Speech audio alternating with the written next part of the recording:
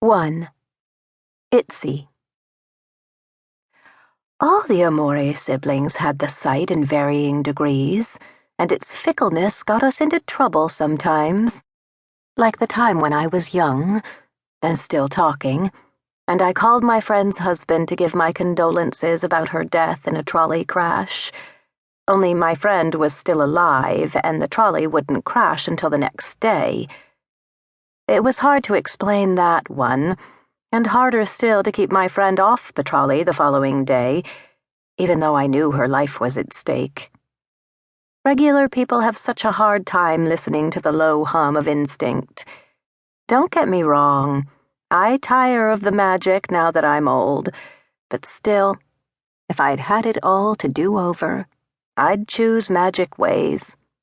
Especially now, when another, more precious life is at stake. She's coming back now, the girl. She's coming back and bringing my memories with her. Maybe she won't remember anything. Dear God, don't let her remember. If she remembers, she'll land straight back in harm's way. If she remembers, my promise will be broken. And that'd be too bad because it's one of my best skills, promise-keeping and secret-keeping. And cartwheels, too. I used to be able to do cartwheels. When we were little, my sisters couldn't, but I could. I can still feel how the air shifted as I kicked over my head and moved my hands. I liked to do things upside down. It bothered Mama. "All the blood will rush to your head," she would yell. Not to mention Papa and my skirts. "Cover yourself, child. If I can see your bloomers soaking the whole block." I cartwheeled through my childhood. We weren't poor, but we lived close together. We all lived here on 170th Street in the Bronx for the better portion of our lives. Mama and Papa bought the building when they married.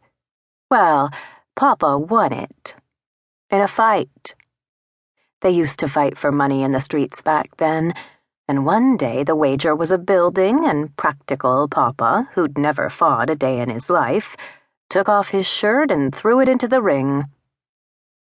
When we were very young, in those strange, magnificent years between World War I and World War II, we all lived in apartment 1A. 10 people and 2 bedrooms. Those were the days. Mama was the magic one. She gave us her abilities to see the future, to grow herbs and flowers that held all sorts of possible magical preparations, but the most important thing she gave us was the gift of each other. But we're old now. Mimi and Fee and me. We're all that remain of the Amore children. 3 children left out of 8. Each of us carrying the burden of that day in our own way. And as we grow ever older, the sight grows stronger. On a cold, dark December night, we woke with the same dream and sat around the kitchen table looking into a bowl full of water. Our old lady hair pinned back, my knobby fingers scribbling on my pad with the pen that's always fastened to my chest. "She's coming," I wrote. "She's coming," said Mimi. "On Christmas?" asked Fee. "Maybe," said Mimi.